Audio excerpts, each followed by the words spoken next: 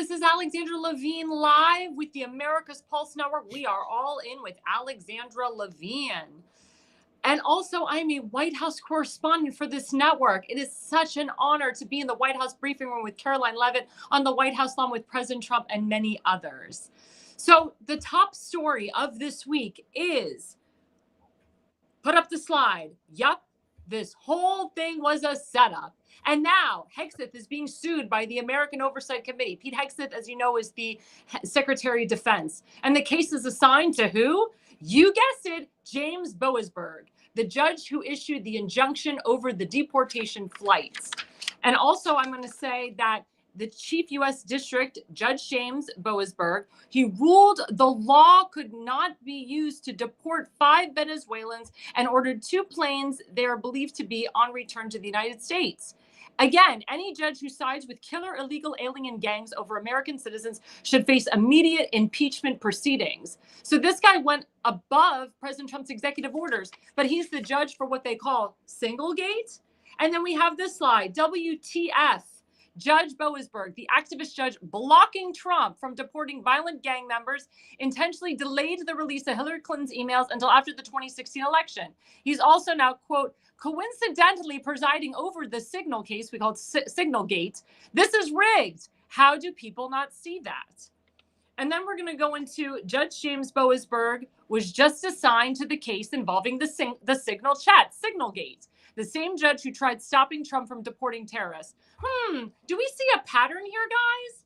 Do we see a pattern? Why are these liberal judges, these Obama-appointed judges, why are they presiding over these things that, to be honest with you, from the evidence that I've seen, from what President Trump said, from what CIA Director John Radcliffe said, there was absolutely no classified material information on that Signal chat. Now, I'm personally on Signal. I use Signal. The government uses Signal. The Israeli Defense Force uses Signal. The Mossad, Shin Bet, a lot of high government officials use Signal.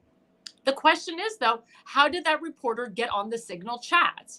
Now, there's speculation that sometimes when people go through their contact list, sometimes they accidentally put somebody's name and number and they don't realize. It happens. Let me ask my audience, have you texted the wrong person? Were you supposed to text your mother something, but you ended up texting your boyfriend or your girlfriend something instead, or your mother or father? It happens. It seriously happens. There's also speculation that the person that works under the NSA director, Mike Waltz, his deputy, Alex Wong, accidentally put the reporter from the Atlantis on this chat. And people are saying, oh my God, how could he have picked the most liberal reporter to be on this group chat? But the question is, why didn't the reporter say, hey, I don't think I'm supposed to be on this chat? I mean, I would have done that. But instead, the reporter stayed and he took screenshots of the entire chat, screenshots of what the vice president wrote, screenshots of what Pete Hegseth wrote, of what CIA Director John Radcliffe wrote, and others. And he claimed that it was classified information that he was reading. And again, under testimony, they said, Tulsi Gabbard, John Radcliffe said, they've never been involved in a Signal chat that has classified information on it. They're not stupid. What the chat was about was the strategy they were going to use against the Houthis. Now, the interesting thing is that that reporter actually put himself in jeopardy because it was a test. It was a test to see if he was going to report the strategies to our enemies. Because what happened as a result? As a result, the enemies did not know that America was going to go in and defeat the Houthis and defeat the heads of the Houthis, the leaders of the Houthis, which is a terrorist organization in Yemen that has hurt Israel, by the way. And we went in there and we bombed the crap out of them. I mean, we beat a lot of these terrorists in Yemen. So that was the test. And also, the reporter was testing us. The reporter, in a way, was trying to blackmail the Trump administration because he was putting out all of these Signal group chats all over Twitter, all over Facebook. Isn't that a break of the Espionage Act? Wasn't he creating espionage? That's a lot of speculation. So there's a lot of tests going on here, testing to see what type of reporter this reporter is. We know he's a liberal bias reporter against Trump. He's vehemently written very evil and disgusting hit pieces against our president before he was president, as he was president, 2017, 2020, 2022, and so forth. But again, you have to look at the text messages. You have to look at the signal chats. Actually, in the signal chat, it showed JD Vance actually dissing China and saying what a horrible country they are, which they are. They're a socialist communist country. They do not have our best interests at heart. Talked about the tariffs, how we need to tariff the crap out of them. Because we as Americans are getting screwed by China and many others. They talked about Iran, how Iran is a detriment to our nation, how Iran is the core problem, and how Iran needs to have an uprising inside their country to defeat the terrorists that are inside Iran and to defeat the Houthi terrorists as well. But everybody is blaming the wrong people, in my opinion. There's even some hardcore conservatives that are blaming Alex Wong, that are blaming the NSA director. President Trump said in front of everybody, in front of his cabinet, because he had a cabinet meeting, it was an accident, it was a mistake. And if you don't think that President Trump is getting to the bottom of this, that's what he does. And you know that President Trump is the type of guy that will fire you if you do him wrong, if you F him over. He's not having it.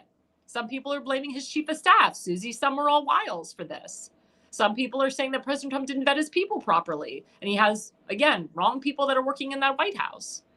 But we weren't there. We don't know. And again, there's a lot of tests going on in all of this. And Pete Hegseth said there was no classified information in that chat. No classified material, nothing. They didn't break any laws. And the fact that Kash Patel and Tulsi Gabbard and CIA Director John Radcliffe were in front of the Senate with the Republicans and the Democrats, the Senate-controlled Republicans, and the Senate Democrats are asking them questions about the signal chat that they weren't even on. The hearing was about global initiative. Kash Patel wasn't even on the signal chat, but yet they asked him about it. They said, do you think this is okay? Do you think it's okay to bring a reporter in? Like the Trump administration did it on purpose. Again, it was a test, probably, maybe, possibly, to see what kind of reporter this guy is, and if he was going to take information about what America was going to do against the Houthis to the Houthis. And that guy would have gone to jail. So that guy did a disservice as being a reporter by taking private information, private stuff, blasting it for the country and the world to see. He could have put Americans' lives in danger. Now, I do have to say, because the reporter is Jewish, the anti-Semitism came out again, the anti-Semitic rhetoric. Again, I'm 100% Jewish. Not all Jews are like this. Not all Jews are liberal. Not all Jews are progressive. Not all Jews act like the reporter did. But we all, again, need to read the facts before we jump to conclusions. We all need to read the facts before we jump to conclusions. Because the problem is that everybody's just jumping to conclusions and they're not reading the entire facts. And then we have a statement. It's no surprise. Let's put that up. Statement. It's no surprise hoax peddlers at the Atlantic have already abandoned their war plans claim. These additional signal chat messages confirm there were no classified materials or war plans shared. I just said that. The secretary was merely updating the group on a plan that was underway and had already been briefed through official channels. The American people see through the Atlantic's pathetic attempts to distract from President Trump's national security agenda. There we go. And Sean Parnell, he actually works under Secretary of Defense Pete Hegseth. So that's Sean Parnell telling we the people that the Secretary of Defense was not giving out classified information or war plans or anything. All he was doing was just giving a plan of what they were going to do against the Houthis. There was nothing classified about it. But what did the Atlantic do? What did this liberal Jewish reporter do? He, of course, wanted to do everything to undermine the Trump administration and to diss the Trump administration and to say, oh my God, classified information. Oh my God, I was on a private chat with classified information and war plans and things I shouldn't be reading and things that should be private, encrypted, said in person, yada, yada. I mean, he took a small thing and made it a big thing and tried to make the Trump administration look bad. Let me tell you something. President Trump has picked certain people in his administration this time that has worked with him since 2016, people that he can trust. I can tell you he's got a lot better people in there than he did in 2016. He actually apologized to We the People for picking some people in 2016 that should not have been around him. He's been heavily vetting people. He has removed a lot of the rhinos, the snowflakers, and the never Trumpers out of his orbit. But President Trump isn't stupid either. He keeps his friends closer and his enemies closer. We know this. Some people are upset that President Trump endorsed Lindsey Graham for re-election in the U.S. Senate. There's a reason for everything. President Trump has a plan in his head for everything. There's a couple speculations and reasoning why President Trump endorsed Lindsey Graham. Number one, nobody wanted to primary or challenge Lindsey Graham. Congresswoman Nancy Mace from South Carolina talked about it, but didn't do it.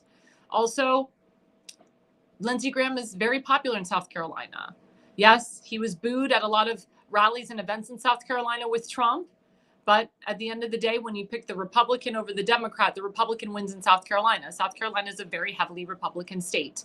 And also, President Trump and Lindsey Graham talk a lot. They talk a lot, probably on a daily basis. And Lindsey Graham has been told by President Trump that he needs to play ball and kiss the ring and not undermine him, not vote against him. Lindsey Graham has voted for all of President Trump's Senate appointments so far, and he will continue. And Lindsey Graham actually turned on Zelensky recently. As you know, Lindsey Graham was in favor of the war between Ukraine and Russia. He supported Ukraine. He hates Russia vehemently. But after Zelensky's disgusting performance in the Oval Office, even Lindsey Graham, Zelensky's staunch supporter, turned on him. And the whole country and the world saw that. And like I said, President Trump probably told him, you better get on board with me. You better be on my side because I can get rid of you in 2 seconds. I can ruin your career in 2 seconds. And sometimes when people go against President Trump and he, quote unquote, endorses them, like he did with Larry Hogan, he didn't give Larry Hogan a real endorsement. Larry Hogan got his butt kicked by Angela Asselbrooks. So even though President Trump gave Lindsey Graham an endorsement, there's speculation also that Lindsey Graham could still lose. But President Trump's endorsement is one of the most powerful endorsements. Again, he's the head of the Republican Party. When he gives you a huge endorsement like that, you're 90% guaranteed to win. But he gave certain endorsements to people 2 years ahead of time to say, hey, I've been watching you. Your constituents are watching you. I know for a fact a lot of your constituents don't like you. You got to vote with me. You got to be united with me, because if not, we'll get rid of you. You need my endorsement more than you know. And if you don't fall in line, peace, you're out of here. And that's why it's so important that we, the people who voted for President Trump, do not jump to conclusions about things. And don't diss this person in his cabinet. Don't diss this person in his administration. The president is a smart man. He knows well enough who he can and cannot trust and who he can keep around his circle and not. Susie Wiles is someone he can trust. Dan Scavino Jr. is someone he can trust. Stephen Miller is someone he can trust. These are people that have been with him from the beginning. Taylor Budowich, Caroline Leavitt, the White House press secretary. There's a lot of people that work with Dan Scavino Jr. and Stephen Miller that have been with President Trump from the beginning. Jason Miller, who's President Trump's campaign manager, he's been with him since the beginning, since 2016. You can trust him. These are all close people in President Trump's inner circle and, of course, his family. President Trump trusts the advice of his children and his wife. And if President Trump's children and wife see someone that isn't exactly working well with President Trump, they will tell him. And he does listen to them. First and foremost, their opinions matter the most. But you have to look at the liberal judge that they put in place on this. This liberal judge went against President Trump's executive orders combating illegal immigration. And now this judge is calling for Pete Hegseth to be removed. And we have to look at who is calling for Pete Hegseth and Michael Waltz to be removed. It's Democrats. It's Hakeem Jeffries, the Speaker minority, the moron, the anti-Semite, the progressive idiot who should never be Speaker. You have crazy woman who we'll talk about later in the show, Congresswoman Jasmine Crockett from Texas, that moron. You have the squad, AOC, Bernie Sanders, Rashida Tlaib, Ayanna Presslor, Ilhan Omar. They're calling for the resignations. Senator Wyman, who's a liberal moron, a Jewish liberal moron. Chuck Schumer, hashtag not my Jew, hashtag never a Jew, moron. I mean, it's the same people. Adam Shifty Shift, another hashtag not my Jew, hashtag never a Jew, hashtag not a true Jew. It's the same characters because they know that they're on the chopping block and they know that they're eventually going to get arrested for the crimes that they've committed against humanity and the crimes that they've committed against this country. So they're freaking out. That's why they don't like that Kash Patel is in office or Pete Hegseth and so forth. And Pam Bondi. But they know that their time is coming. They know. So they're just going to attack Pete Hegseth, attack Trump's cabinet, call for their resignation, call for them to be fired and removed. But yet they're the ones that were in charge of 2 to 3 impeachments against President Trump for bogus crap. And they're the ones that tried to put President Trump in jail. And they're the ones that probably would have applauded if President Trump died. And we'll talk about later on how unhinged the Democrat Party has become.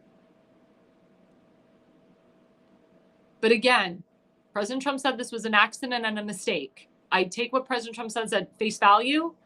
And again, if it wasn't a mistake, President Trump will look into it and he will draw the conclusion himself. As I said, he had a huge meeting with his cabinet to discuss this. Michael Waltz has gone on TV about it. Pete Hegseth has gone on TV about it. Kash Patel has gone on TV about it. So has John Radcliffe. So is Tulsi Gabbard. They've all gone on TV about it. They've all talked about it in front of the Senate committees because they had to answer these ridiculous questions when they were supposed to be in the Senate committee hearings for a global initiative. Again, it's the Democrats taking a small thing and making it a big thing. And shame on that reporter for staying on that Signal chat. Shame on that reporter for taking snapshots and screenshots and trying to hurt we the people and causing World War II. Or excuse me, World War III. Because that's what he was trying to do. And shame on that reporter for trying to undermine President Trump.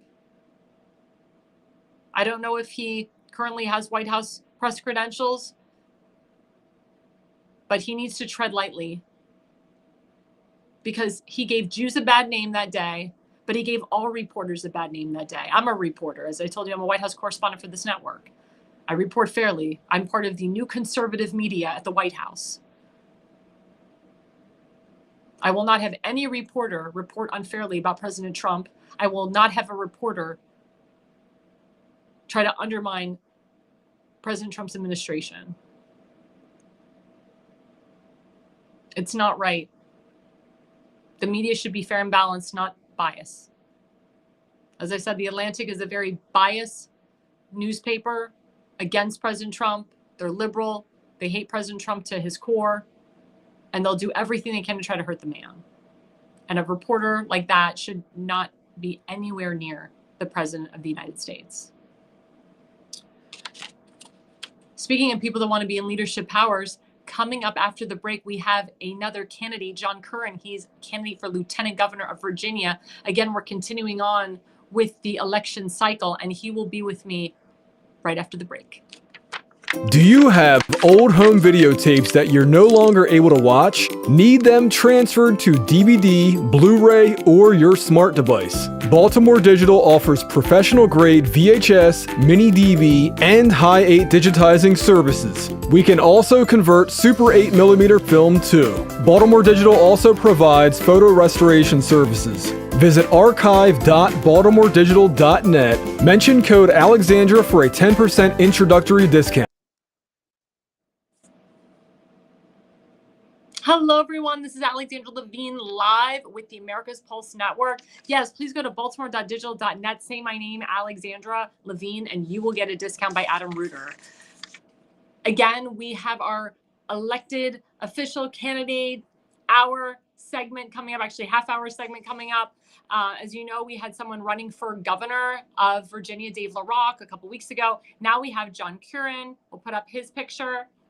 Yep, John Curran, he's running for Virginia Lieutenant Governor. That is his Facebook. Please go to John Curran and please sign up and like and follow him. And I really love this because now all you Virginians can see Mr. Curran on this network and you can decipher for yourself if you want to pick him in the primary. So let's bring up Mr. Curran right now. Hi, how are you? Good. How are you doing? Great show so far tonight. you. Thank you. I really appreciate you coming on. Awesome. Thanks. Good. Thanks for having me. Of course. So we'll get right into it. So what made you decide to run for lieutenant governor of Virginia? I ran, well, I was put up to run for a county supervisor position a couple of years ago. And I think it was more of a run to make sure the incumbent didn't get a free ride to reelection. But doing so, I got to meet so many of the state delegates, so many of the state senators, and heard what was going on in the state house. The party divides, the bills, and if you followed Virginia's politics this past session, how many bills were just blocked in committee and those kind of things. And I said, this has to be exposed. It has to be shown.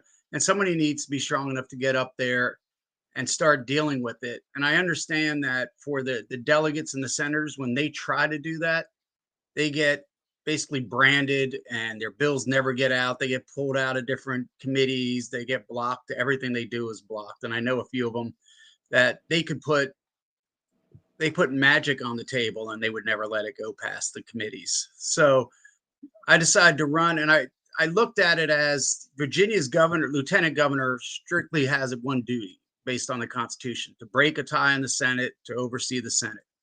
However, they're a big influencer.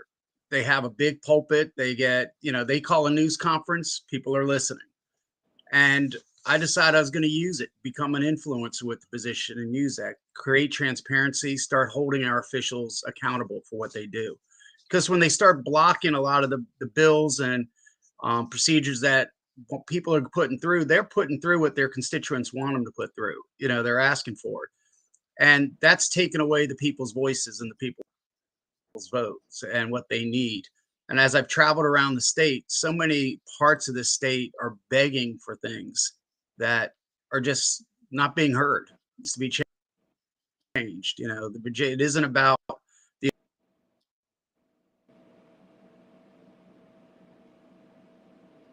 elected officials.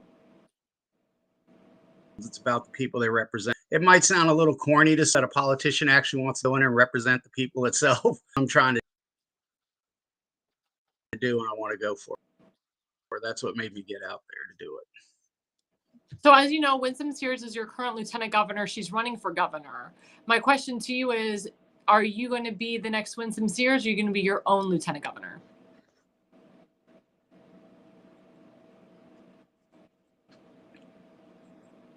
Own lieutenant governor, but you don't run together. If you have the two party you're running as the nominee is going to be run, you got to run hand in hand. I'd rather be able to run with her, alongside her, and help her bring what I know. I'm a businessman. I'm not really a politician. I want to use my knowledge to help her out to bring Virginia where it needs to be. But again, I have to get elected. It's not like the president and the vice president where you're riding the ticket. You have to win that seat very easily. The lieutenant governor and governor could be split. Those two seats, a Democrat and a Republican, could end up in those positions. So I plan on being my own. Obviously, the governor's the governor, and especially if they're Winston Sears or any of the other Republican candidates become governor, I'm going to work with them to do the best they can. And I'd even if the Democrat gets in there, I'm going to work with them, hopefully not to drive Virginia back to where it was going to become California before. So, but I think I have to be true to myself and be my own candidate, my own lieutenant governor when I'm in office. Now, my question to you again is, as you know, you have a Democrat House, you have a Democrat Senate. A lot of candidates that I've talked to, they said the focus is kind of to flip the House. The Senate may still be Democrat. As lieutenant governor, would you still be able to handle a Republican House and a Democrat Senate, or is your objective to flip both chambers? Well, the Senate's not up for election this year, so that's going to stay. Now that's a one vote, 1-2 vote difference in the Senate. And I've already told everybody, all the delegates up for election, that I will go out and vote or campaign right alongside everybody. If they're a delegate, if they're running for supervisor, whatever Republican candidate is on a ticket anywhere in the state, I'm going to campaign next to and try to get them to win. if we don't flip the seats, I'm going to have to deal with it. And I've dealt with controversial issues in business, went head to head um, with unions in my career and other places that you had to negotiate these, things. And I truly believe if we stop the games and call it out, people realize I'm going to hold them responsible for doing wrong on both sides of the aisle. It's time to get work done here. And I think I could bring them to the table and start getting some of that done. Obviously, there's always going to be somebody who just is pushed back. You deal with them, as you were talking earlier. There are people who are going to go down with the ship to try to push their party line, and they don't care if it's right or wrong. But you need to bring that out then. We recently, this past summer, or this past session, actually, they had the family, there was a bill pushed to take away the religious exemption for homeschooling. And the group of homeschool group that was behind was trying to stop it, was able to mobilize so many parents to show up in committee meetings. Hundreds of parents were showing up there. And the committee started doing weird things like, oh, we're going to table this vote. And the next thing you know, it's scheduled for an 8 a.m. vote the next day, after they announced in a session that they were going to block, just table it. And they got them mobilized, and it ended up defeating it. They dropped it. I think the final vote was 13-2 to defeat that bill, and it was good.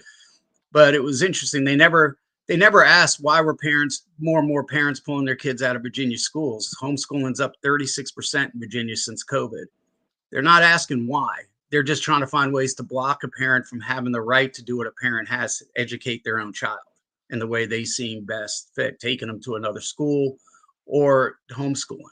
So it's those things that you need to call out and make sure that people are aware of. So many people here don't know what's going on. And, now that the session's out, we're going to hear a little bit what happened as Governor Youngkin starts vetoing and signing some of the bills that went through. I think he just had a big veto session yesterday that he vetoed a bunch of stuff. And we need to keep what these topics are up. I mean, they are forcing an actual constitutional amendment to Virginia's Constitution on abortion, which basically allows a baby to be born alive and be made kind of what Governor Northam tried to do, kept to die without medical. You don't have to provide medical treatment to them.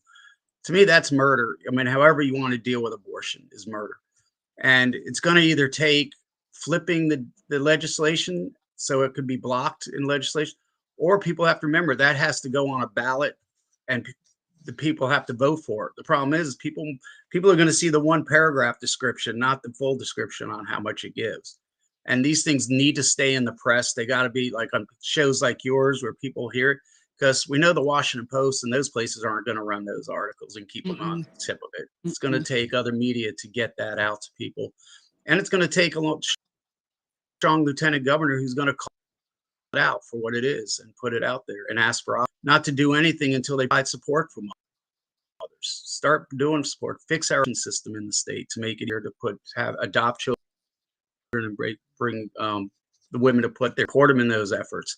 You never see them looking to help a pregnant mother, a young mother in school, a student who may be pregnant. They all just want to immediately let's go to abortion as the only option. So, I want to use it. Somebody gave me the thing as an influencer, and if a lieutenant governor can be an influencer, maybe we can have an influencer lieutenant governor this time around. I like it. You did mention education. As you know, President Trump signed into executive order to get rid of the Department of Education, put education back into the states.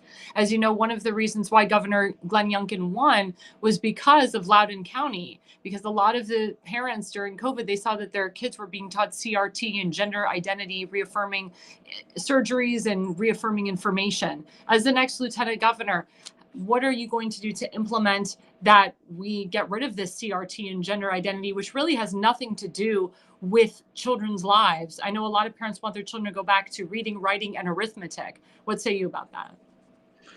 You hit it on the head. We need to worry. We have kids who are graduating and can't read, but they can tell you every gender that somebody created that doesn't belong in school. That belongs in somebody's home for their parents, their faith, their beliefs to decide those things and work them out at home. The school should be safe for those, but it's not for the school to decide and push people and help them transition. That is the wrong place to be, and that has to keep going forward as that in that way. Um, I believe in, I went back, I'll be perfectly honest. I had to go back and do research on Department of Education, where we were before it, where we are now.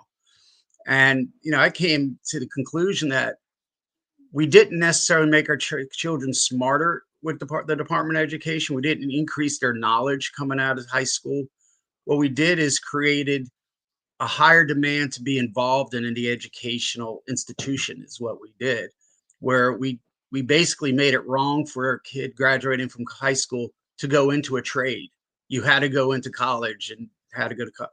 You go back to 1969, 1970, it was 38%, I think, of graduates went to college.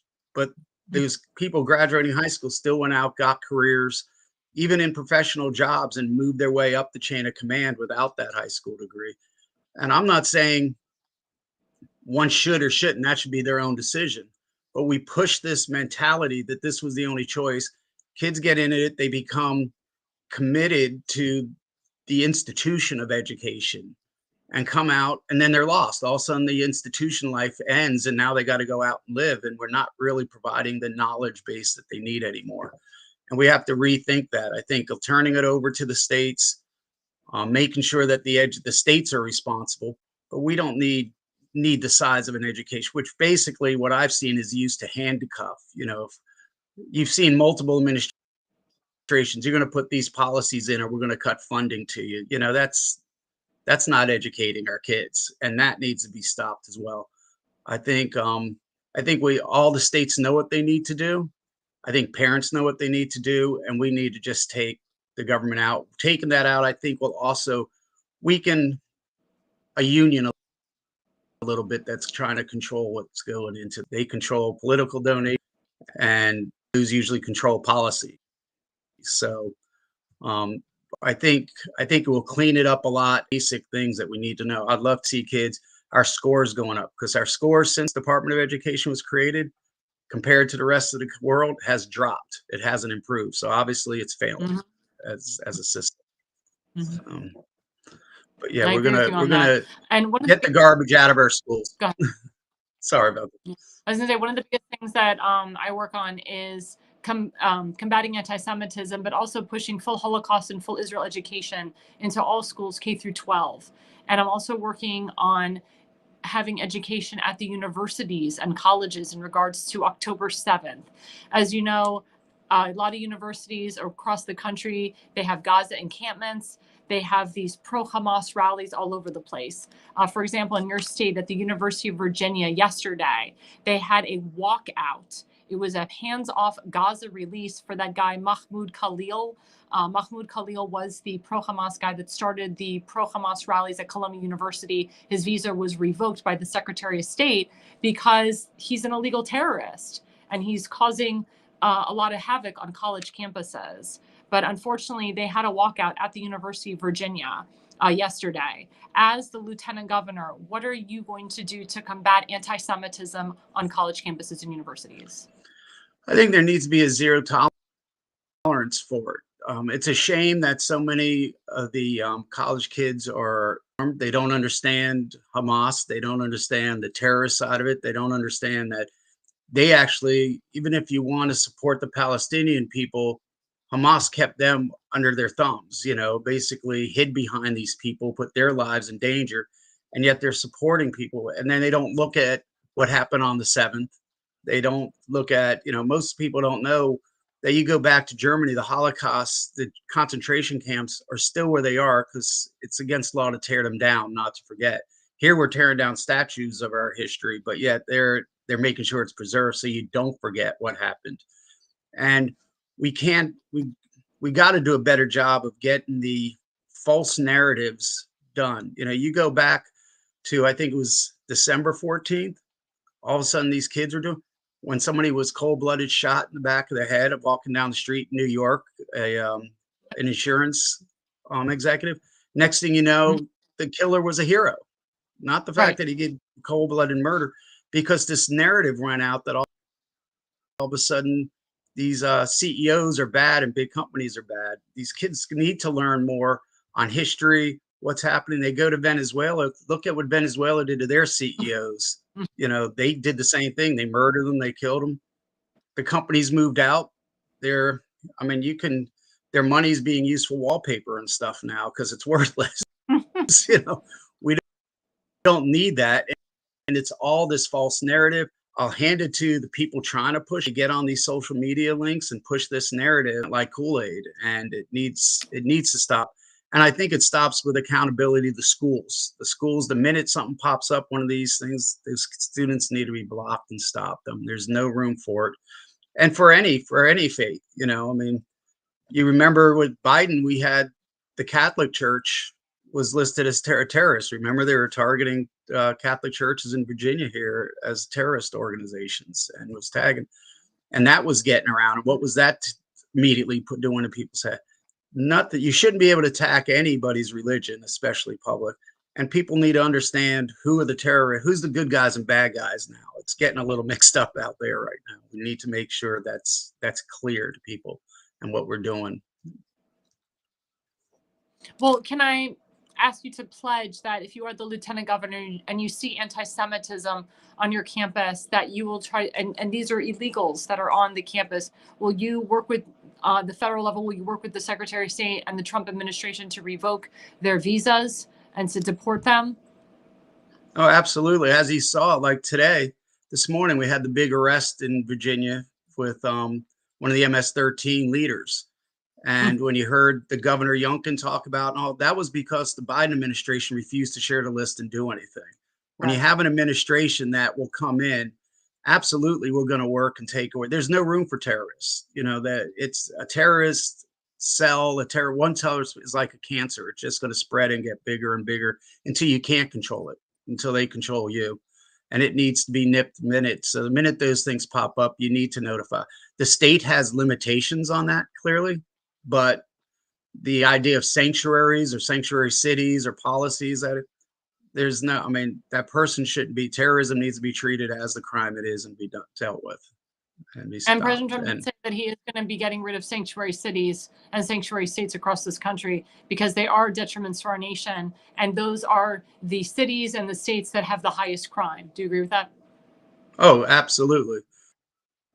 You know, they run, I mean, somebody told you you can do whatever you want this weekend in your town and run them up. People are going to do it if there's no consequences. You know, you have a law, we have to hold that law, and nobody should be given, you know, this.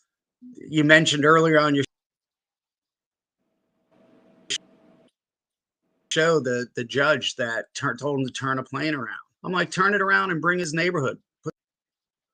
Put those guys on a bus and drop it right in front of the judge's home if this is the people he wants. But we're at war with terrorism. They're terrorists. We're at war. There's always been a war on terrorism because that gang is a terrorist organization and they need to go. And we need to stand up to that. How a judge can do that is mind blowing. There should be, I know there is talk about Congress limiting the powers of these local judges, but that will get. So. I agree. I think there needs to be a heavy vetting process with these judges because they shouldn't have so much power. And that's the truth. That is the truth. One last question. I want to turn it to election integrity because this is very important. As you know, President Trump did sign executive orders a couple days ago stating that he wants every single state to have photo ID, election on one day, no more paper ballots all the way, no more mail-in ballots. Everybody has to be verified. You have to have some proof of identification, either a passport or a photo ID, even a social security card, just to prove that you are an American citizen. And he also wants to get rid of all this early voting. As you know, in the state of Virginia, I think you have like 45 days of early voting. It's a lot of early voting. And you do have mail-in ballots. As lieutenant governor, what are you going to do? What are the steps that you're going to take to preserve our elections and make them free and fair in your state? I think what Trump did hit it. You know, Virginia is a paper ballot state now. That's how we do it. The mail-ins as well. I guess a lot of people mix up mail-ins and the absentee ballots. I'm a big fan. Being a veteran, when I was out of the country during elections, the absentee ballot actually gave me that right. we need to enforce the 45 days is actually, I think it's a penalty to people. People run out and vote 45 days ahead of time, and then you turn around and all of a sudden something breaks, you find out something, and they're stuck with that vote. They 45 days before election. It's ridiculous. We don't need it. That needs to go. Plus, that expense to have that falls on the individual counties. Mm-hmm. It's expensive. Don't you Virginia has elections every single year. Oh, sorry. Doesn't Virginia have an open primary? What was that? I'm sorry. Oh, I said, doesn't Virginia have an open True. primary as well? Yeah. So we end up with early voting twice. So it costs a fortune. Right. I think, well, Virginia's open Virginia's primary, they changed the law. There used to be to get on the ballot, Virginia, you have to capture, which is the hardest thing to do in any state. You have to have 10,000 signatures as a statewide for a lieutenant governor, 10,000 signatures. Mm-hmm. You also have to have 400 of those from every congressional district. So it's difficult for that to get on. But if you get it, it is a primary for that, and it's an early voting. Now, comes to election time, my own campaign was just hit with an issue that law enforcement's involved with at this point, and the Commonwealth attorneys are involved with on an election integrity issue against us, somebody trying to block us from getting on the ballot. I have faith in the system. What I did find is there's a lot of loss to hit the person that did it, not necessarily protect the victim of that. But when you have this many loopholes that to do these early votings, the absentee voting, the mail-in votings, the drive-up votings, 45 days ahead of time. And don't forget, Virginia has same-day registration. So you have college students on campuses can decide, I'm voting for this guy, show up, register. They might not even be legit. They might not even have a legitimate address besides a dorm room. So they're not really, at least they're not true residents. That needs to be eliminated as well. I wholeheartedly agree with you. Because a lot of people have said this 45-day early voting that you guys do in Virginia is insane. And they do a lot in Pennsylvania. I think Pennsylvania's is like 45, 50 days. It's crazy. It's insane. And that is subject to fraud. That's subject to fraud. That's subject to illegals coming in. That's subject to massive amounts of mail-in ballots. I wholeheartedly believe that President Trump, in my opinion, should have won your state this last election cycle. He was very, very, very close. And a lot of people are, disappointed that he didn't win the state of Virginia, because I was at the rally for Virginia with former Congresswoman Elise Stefanik, and there was a huge group of women there, and there were some men there too. And we just saw the love in the room. And I know that early voting was astronomical for Republicans. More Republicans did early voting this time than ever, because most Republicans, they vote on the day. But I think wholeheartedly, if we get rid of the 45 days of the early voting, just get rid of early voting altogether, make election on the day, we will have free and fair elections. I think you're right. I mean, Virginia, this year, you got to give President Trump and Governor Youngkin, they pushed to get out there. They decided Republicans, we used to say, no, we're not voting. Then they said, no, get out there and vote early. Yeah. Sad part is we had a special election recently up in Loudoun County. The Republican did fantastic. When they pulled all the early votings and mail-in ballots and all that, it basically shifted the entire election out of it. Oh my God. And that needs to stop. If your vote matters to you, you're going to get to that from 7 a.m. to 7 p.m. to get there, put your vote in, do it. And of course, if you're traveling, you're traveling. If you're in the military, whatever, you can get an absentee ballot. If you're a student away at school, you can get absent. So there's no reason you do the polling place to get a vote in. And we need it. It worked for years. When I first started voting, when I turned 18, we can go back to the simple things. So that's right.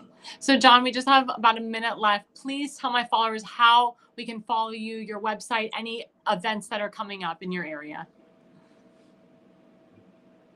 All right, we're going into we're still trying to figure. It's been a busy couple of weeks. We've had 4 events today. I had some of the surrogates in some other places. Had a run over. Had a great event this evening with William and Mary. Their college campus Republicans are doing a fantastic job. There is a gun show we may be at on Saturday in Hampton. There's also, Virginia has the NASCAR race down in Martinsville. We're putting together teams to get down there. My website is Curran for Virginia, which is spelt out, and it's CURRAN for Virginia.com. On there is the links to all the good stuff, the Instagrams, the Facebook pages. You have the Facebook page up again. We usually keep a pretty good calendar there on where we're going and where we're going to be that week and a couple of days, maybe even the whole month. We actually try to get out there.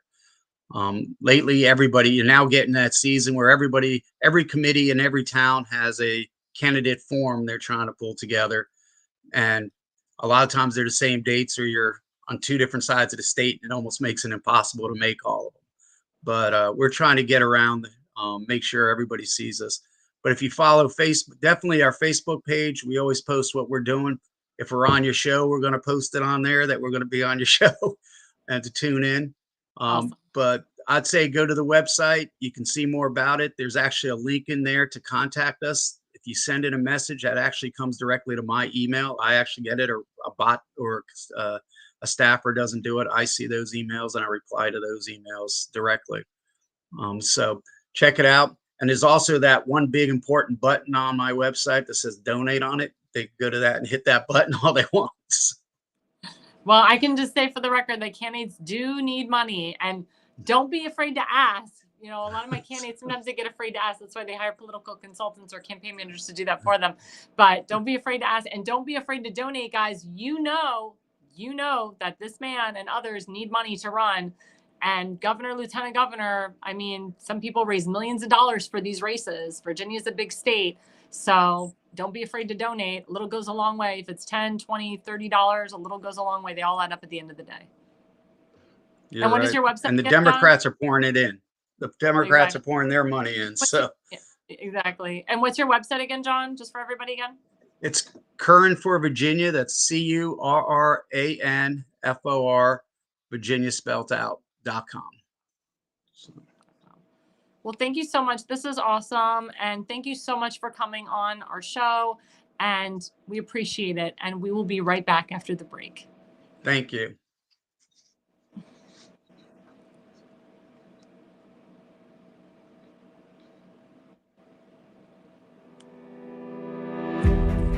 Hi, I'm Alexandra Levine. I'm a professional opera singer, actress, TV, and radio personality. Since 2015, I've been a volunteer, a field director, and a campaign manager, learning the ins and outs of the political world. That's why I became a political consultant.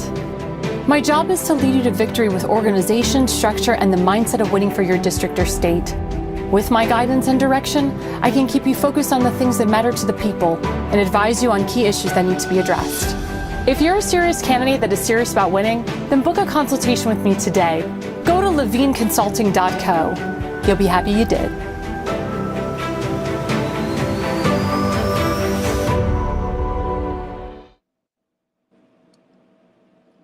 Hello, everyone. Hello. Again, this is Alexandra Levine with Alexandra Levine Live on the America's Pulse Network.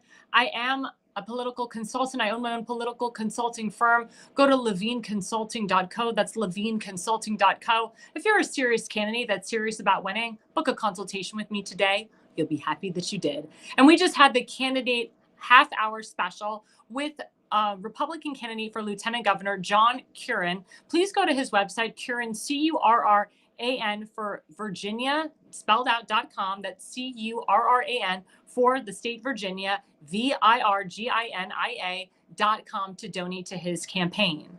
So now at the top of the hour, we're switching to a new topic. First, we're going to hit up this slide. Trump administration cancels $1 million in federal funding for research testing transgender procedures on rats. And as my friend Gunther Eagleman said, common sense coming back. As you know, the transgender movement happened under the Obama-Biden administration. And then, of course, it progressed under the Biden-Kamala Harris administration. Tim Walz, who was running for the vice president under Kamala Harris, as governor of Minnesota, he put into executive order that a 3-year-old can request transgender surgery without parental consent, which means that if I'm a girl and I want to be a boy at 3 years old, I can go to a doctor and say, I'm a girl, I want to be a boy without parental consent. That is disgusting. That is disgraceful. And the fact that that would ever even go to law is insane. But that happened in a lot of liberal states. As I reported earlier, the transgender population is less than 1% of the entire population of this nation. Even in the world, we don't have a lot of transgenders. But we have people on TikTok and YouTube that are men that take out their Adam's apples, that take a bunch of hormones, that wear wigs, that get Botox, that get fillers, they get Juvederm and Restylane and facials, and they find ways to laser off their facial hair, and they get breast implants, and they whack off their their male genitalia, and they claim that they are women. No, you are a man. When you were born a man, you are a man. There's two genders, man and woman. As you know, President Trump, under executive order, he said that anybody who's working in the federal government that has pronouns of they, them, he, she, it, us, they, you, whatever, if you identify yourself as an animal, if you identify yourself as a cat or a dog, will be fired. Not suspended, but fired from their job. And I even go to Sephora, I go to Ulta, I get my makeup done, I get my hair done at Ulta, and I see these pronouns on the workers there. He, she, they, them, it, I'm non-binary, binary, trans, whatever. It's like, you have to identify me this way. If you call me a he and I identify myself as a she, I'm going to throw stuff at you. I'm going to hurt you. I'm going to talk crap about you. I'm going to curse you out. I mean, it's craziness. And again, this is the crap that they're trying to pull in schools. They're trying to teach a 3-year-old, a 4-year-old, a 5-year-old that you're not a he or she. You're a they, them, you're an it, you're an animal. You can identify yourself as a monkey, as a cat, as a dog, whatever, as a piece of grass. It's insane. That's not why you go to school. And my sister actually homeschools her kids because of that factor. But my sister has ingrained in her children that my nieces are girls and that my nephew is a boy. They went to Disney. Disney is so woke nowadays, where you have boys dressing up as girls. My 5-year-old niece went up to a boy wearing a skirt and said, "Why are you wearing a skirt? You're a boy. Boys don't wear skirts. Girls wear skirts." And I was so proud of her for calling this 20-year-old boy out who was wearing a tutu. I mean, it was insane. And she would call out a girl for wearing pants and dressing up like a boy. She'd say, "Wait a minute, you're a girl. You should be wearing dresses. You should be wearing skirts. Why are you wearing pants like a boy?" But this is the insanity that's going on. And I praise President Trump for calling this out, for signing executive orders, because again, we need to go back to the basics of reading, writing, and arithmetic. As I said earlier with my guest, my goal, my life's work is to implement full Holocaust and full Israel education into schools K through 12. Of course, you teach it on different levels. And then, of course, on the college and university level, you teach what happened on October 7th. You show that 47-minute video of what Hamas did to the 1,200 innocent people that were raped, tortured, burned to death, because they need to see that.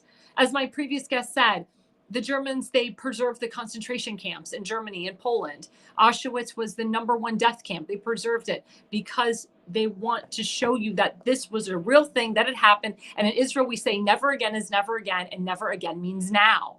That's why it's so important to continuously teach the history. If you don't teach the history is lost. In Maryland, for example, again, my elected official friend Tim is coming up at the bottom of the hour. The Francis Scott Key Memorial Bridge was completely decimated by an international ship.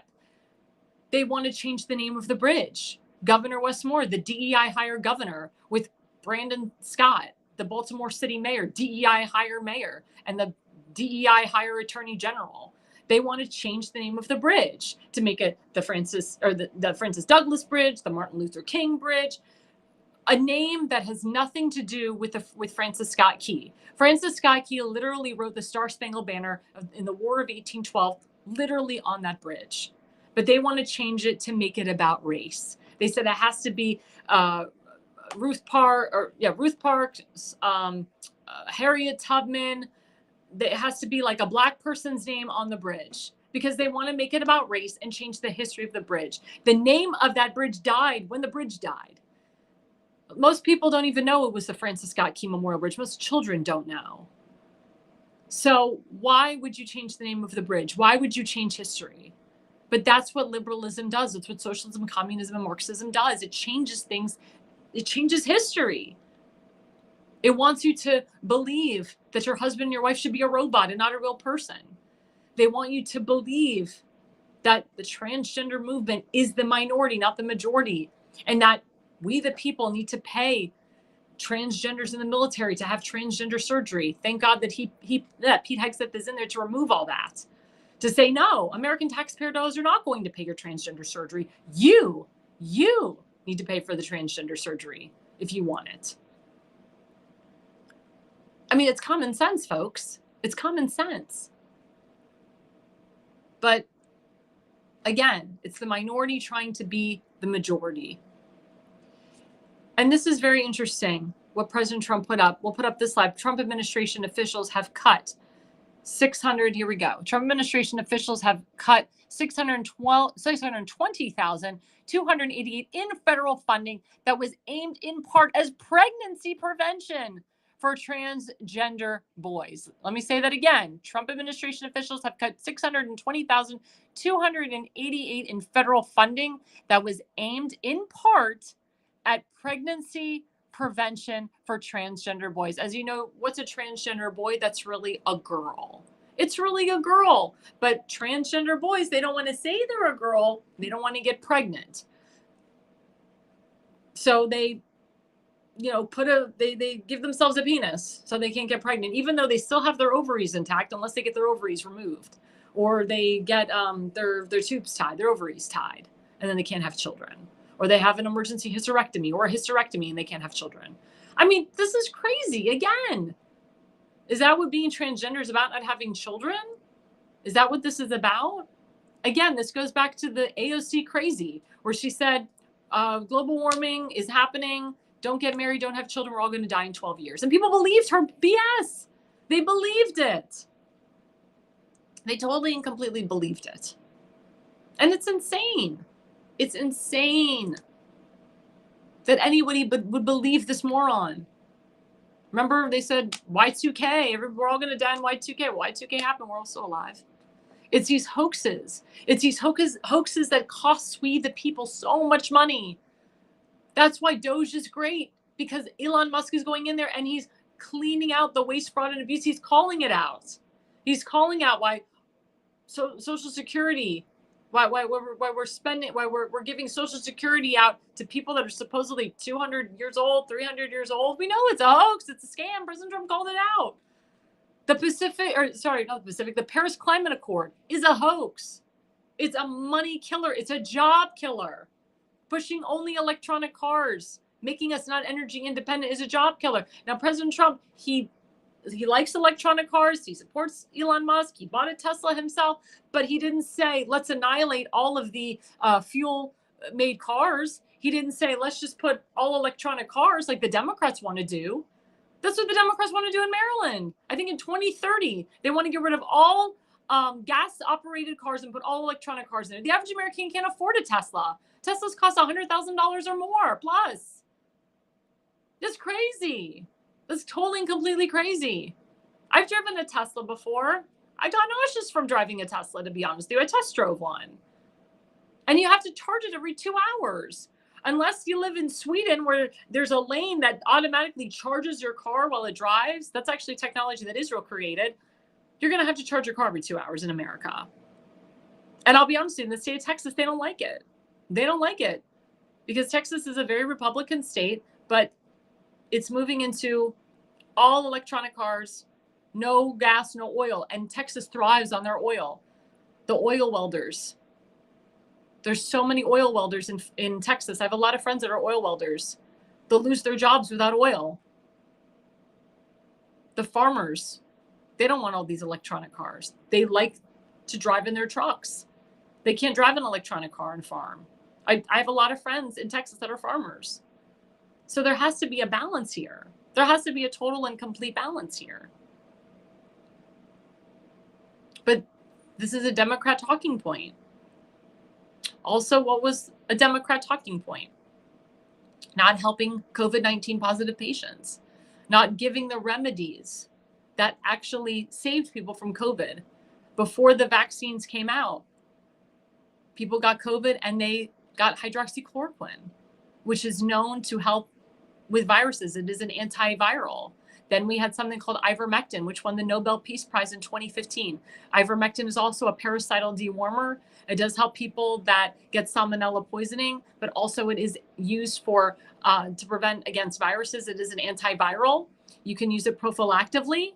It also helps against cancer. If you have stage 4 cancer, any type of cancer, whether it's pancreatic, breast cancer, colon cancer, etc., also prevents against cancer. And if you've had cancer, it also will prevent you from getting cancer further.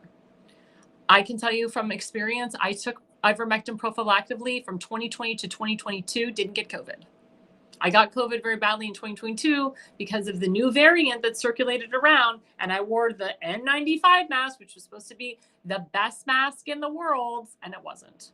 But let me tell you something, it's very difficult to get ivermectin. A lot of insurance companies, they do not insure ivermectin, or if they do insure it, you only get like 15 tablets for $15, and then that's it. And then you have to pay $94, $100, or whatever. There are certain websites, like I use the All Family Pharmacy website, which Bill O'Reilly and Sean Hannity use. I get my ivermectin there. Or you can use Amazon Pharmacy, you can get ivermectin there. Or, as we'll pull up, Governor Sarah Huckabee Sanders from the state of Arkansas. We'll pull up that slide. We'll put up that slide. There we go. Governor Sarah Huckabee Sanders has put into law, signed Senate Bill 189, approval for the sale and purchase of ivermectin for human use without a prescription, which means that you can get ivermectin over the counter, which we should all be getting now. I'm in the state of Maryland. I ask people for ivermectin. I ask doctors, can I have a prescription of ivermectin? And they say, no, it doesn't work. Nope, doesn't work. Doesn't work for a virus. Doesn't work. I said, oh, really? It worked for COVID? It won the Nobel Peace Prize in 2015. No, we don't prescribe that. Well, can I have some hydroxychloroquine? No, we don't prescribe that either. But see, you have common sense governors like Sarah Huckabee Sanders. I do believe that my governor, Ron DeSantis, will implement that as well. And more Republican governors like Governor Abbott and so forth will implement that. I hope whoever the governor is of Virginia, whether it's a Republican, and if it's a Democrat, we hope that the Democrat will fall in line. But I know that a Republican governor will implement ivermectin over the counter. It is a life-saving drug. It saved a lot of lives. I know that if my grandfather got ivermectin when he got COVID, he would be alive today. My mother personally requested it and she was denied at Sarasota Memorial Hospital. So again, it's the Democrats, the liberals that control the hospitals, the unions. They're the ones that are killing we the people. They're the ones that get a payback every time you write down COVID death. That's why Dr. Fauci got paid so much darn money. That's why he needs to go to jail for crimes against humanity. But it's things like these that President Trump is combating, and he's doing a damn good job. He's signing things, he's putting things into place that will save we the people. Because he knows that there was a lot of COVID deaths. He knows that before the vaccine, a lot of people were suffering. They were in the hospitals for months.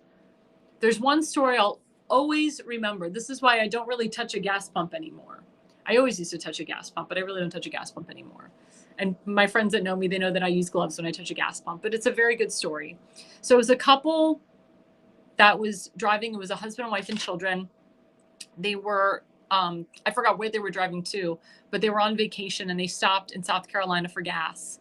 And the male, he used his bare hand and pumped the gas, screwed up the gas screw, and then put the gas back on the pump, and then he got in the car, touched his face right after touching that dirty gas pump. Starts driving. Within 30 minutes, he starts feeling ill, feverish, faint. He says to his wife, he's like, we got to pull over. He's like, I can't drive. I don't feel well at all. And she's like, honey, what's wrong? He's like, I don't know. I'm coming down with something. I don't know what's going on. So his wife had to take over.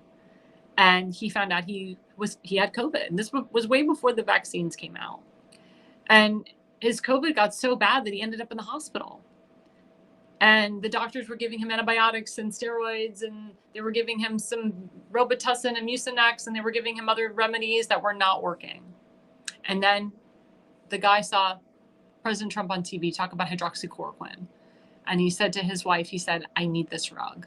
This drug is going to save my life. I can feel it. So his wife demanded that the nurse give her husband the drug. And the nurse refused in the beginning. So did the doctor. Oh, this doesn't work. Oh, President Trump's not a doctor.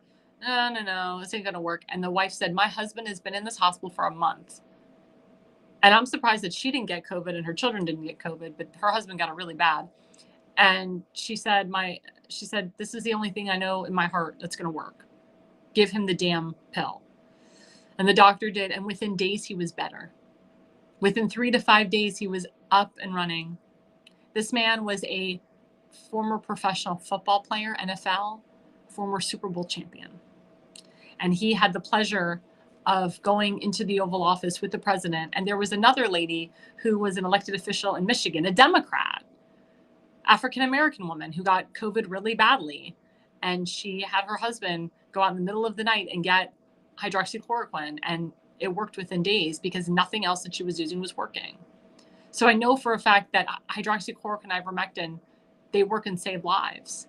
If this former NFL player, former Super Bowl champion, if he didn't take hydroxychloroquine, he probably would have died. So it goes to show you, sometimes doctors aren't right. My father always says, doctors kill people. Because a lot of them do for kickbacks. And a lot of them, they don't have medical malpractice insurance because they never get sued for the crimes that they commit against their patients. In Florida, for example, a lot of the doctors don't have medical malpractice insurance because the medical malpractice and medical malfeasance laws that were put into place are so horrendous. They need to be overturned, overthrown, fixed. And I know that Governor DeSantis is waiting for that bill to sign new medical malpractice and medical malfeasance laws into place.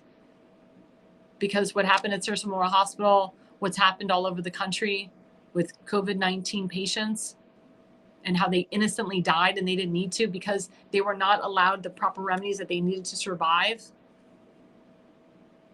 is disgusting. I worked in the COVID ward. My job was to give Regeneron, the monoclonal antibody treatment to COVID-19 positive patients all over Florida and Texas. I had people calling me from their hospital beds telling me they were about to die if they didn't get Regeneron. And I would call the Regeneron ward and they said, we have it, but infectious diseases didn't approve them. And it's after 2 weeks, so we can't give them the treatment. Because infectious diseases was the problem. Infectious diseases wanted people to die. Infectious diseases didn't approve my grandfather either, and he was completely eligible for this particular antibody treatment. So I thank Sarah Huckabee Sanders, the governor of Arkansas, for doing this, and I hope that many governors follow. And we have something else that we'll turn to with this slide. Today, HUD terminated Biden's taxpayer. Here we go. Scott Turner, the HUD secretary. Today, HUD terminated Biden's taxpayer-backed FHA mortgages for illegal aliens. American taxpayers will no longer subsidize open borders by offering home loans to those who enter our nation illegally. As you know, under the Biden administration, we had illegals coming into people's apartment complexes and trying to kick them out of their apartments. These are illegals. They were banging on their doors. Unbelievable. Banging on their doors, telling them to get out. And these are illegals. They're not residents of these apartment buildings. It's insane. It's insane. And coming up at the bottom of the hour, we're going to talk again about Fort Howard, how they want to put Section 8 housing on federal land. If Fort Howard is named a historic land, federal property land, historic land under the federal government, under law, you cannot put Section 8 housing in federal land on federal property. And the governor says, oh, this is for low-income housing people that, can't afford a $400,000, $500,000 a year home. No, it's to harvest illegals. That's the underlining meaning that people don't understand when these bills are signed. But again, these Democrats, they do everything they can to break the law. They do everything they can to combat President Trump and his administration. And Thomas Homan ain't having it. And neither is DHS Secretary Kristi Noem. And neither is Secretary of HUD, Scott Turner. They've had enough. Neither is Department of Veterans Affairs, Doug Collins. He's getting rid of this too. Because we want the veterans to be taken care of. We have too many homeless veterans on the streets. Are they being offered to go into that Section 8 housing? No. Why not? Why aren't they being offered homes? Why aren't they being taken care of? Why aren't VA hospitals being rebuilt the minute that they're burnt to the ground? That VA hospital in Fort Howard, Maryland, has been burnt down to the ground for years. We are hoping to God that the Trump administration will do something about this, because we cannot continue to let our veterans suffer like this. No more Section 8 housing in beautiful historic landmarks. No more Section 8 housing in homes that are worth $500,000 to $1 million. It devalues the property. It devalues the home. And you don't know what the heck type of people you're getting in your neighborhood. But unfortunately, you have Senate Rhino Republicans, state Senate Rhino Republicans that support this.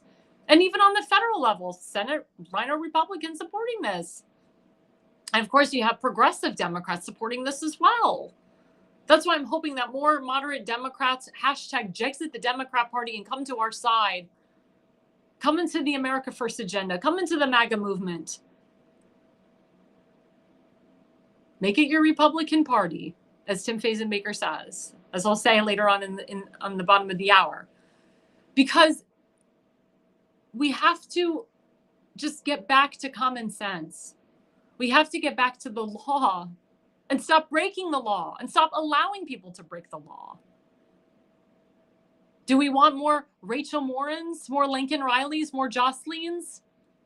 Those were innocent people that were killed by illegals. Innocent, beautiful women. And there was innocent boys that were hurt as well.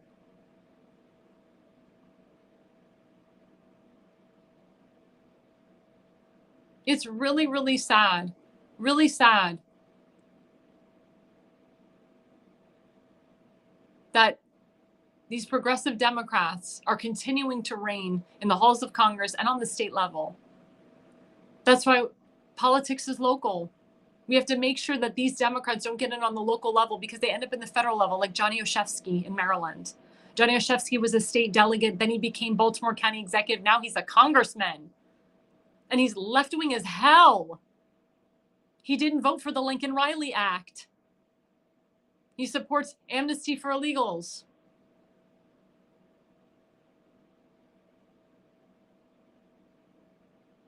He supports the rise of anti-Semitism on college campuses. He's okay with MS-13 gang members all over Baltimore County and Baltimore City. He's okay with Baltimore County becoming Baltimore City. And he backs and supports the DEI leaders, Governor Westmore and Baltimore City Mayor Brandon Scott. And I'm sure he supports Governor Westmore becoming the next president of the United States, because he's Obama 3.0. And I'm sure he supported Nick Mosby becoming the Maryland Lottery Commissioner. That's disgusting in itself. But this is why it's so important that we need to defund Planned Parenthood, that we need to annihilate ISIS, annihilate MS-13 gang members, that we need to remove Section 8 housing from federal property and federal landmarks, and remove them from beautiful areas. Like in Maryland, they want to put it at St. Rita's Church, which is a gorgeous area. There were Rhino Republicans that voted for that. Rhino Republicans in Maryland voted for state-funded abortions, because they said, well, we need to balance the budget. 1 or 2 abortions is fine. Well, 1 or 2 abortions is too much. Are you going to fund that woman's abortion? Are you? I don't think so. Are you okay with the Department of Education being annihilated and education going back to the states? Are you going to continue pushing the CRT and the gender identity? Because that's not real curriculum, by the way.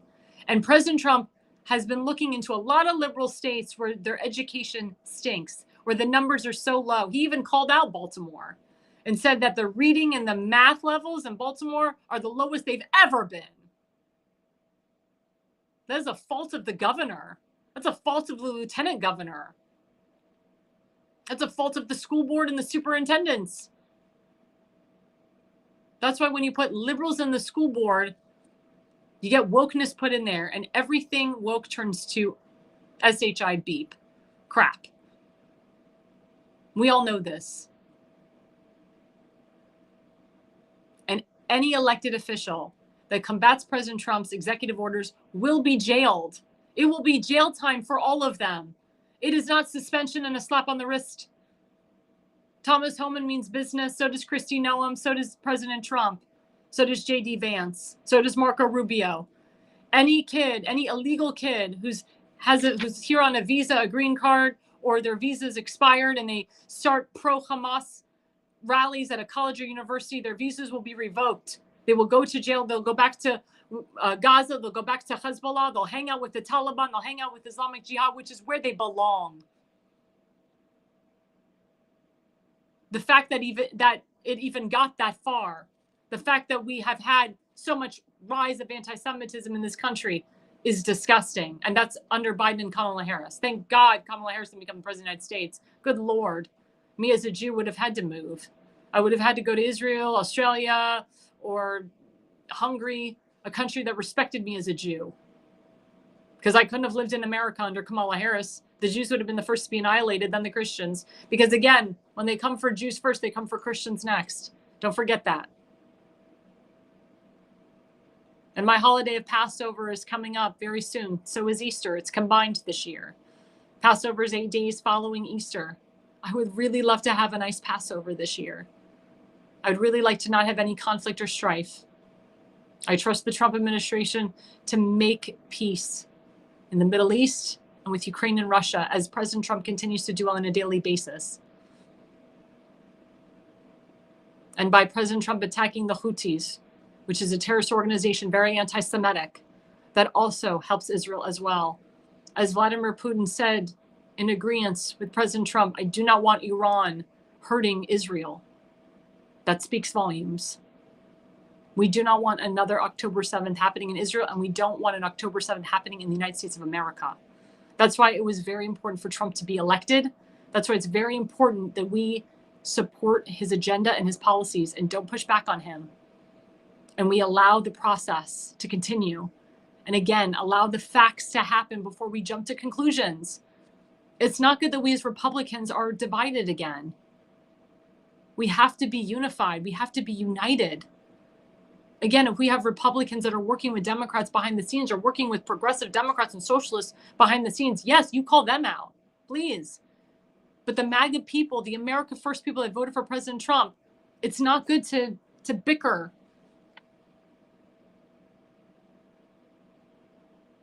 If you believe in President Trump and you love him and you love his agenda,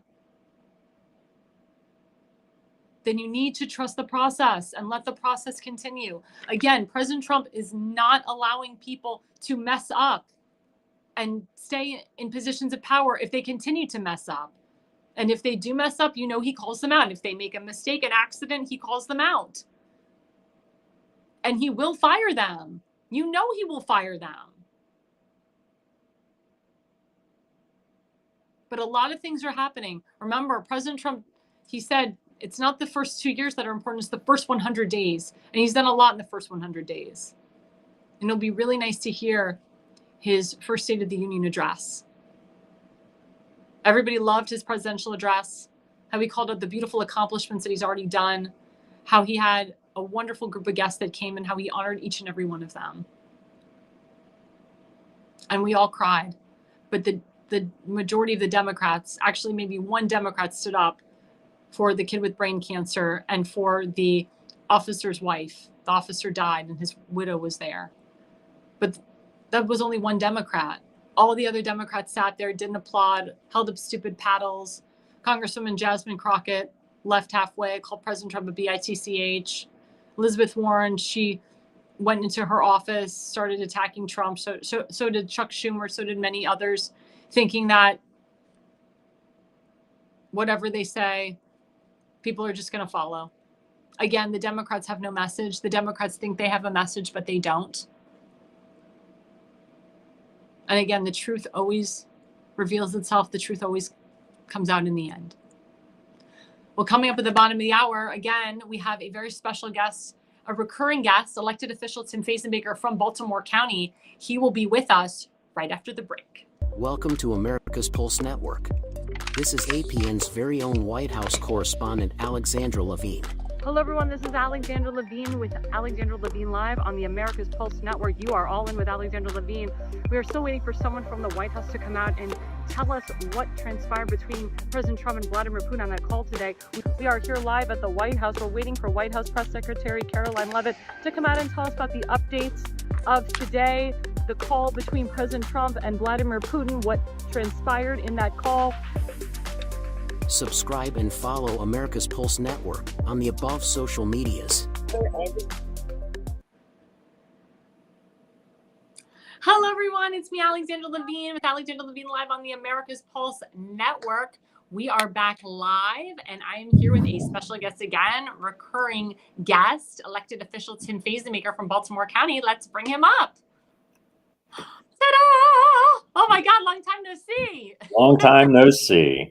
How's everything in Alexandra world? We say in Hebrew, Baruch Hashem, Baruch Hashem. Everything's really good. Got new hairdo, new haircut. So I'm good to go. Got a little bit of a new face, but we'll get into that later. Very nice. Very nice.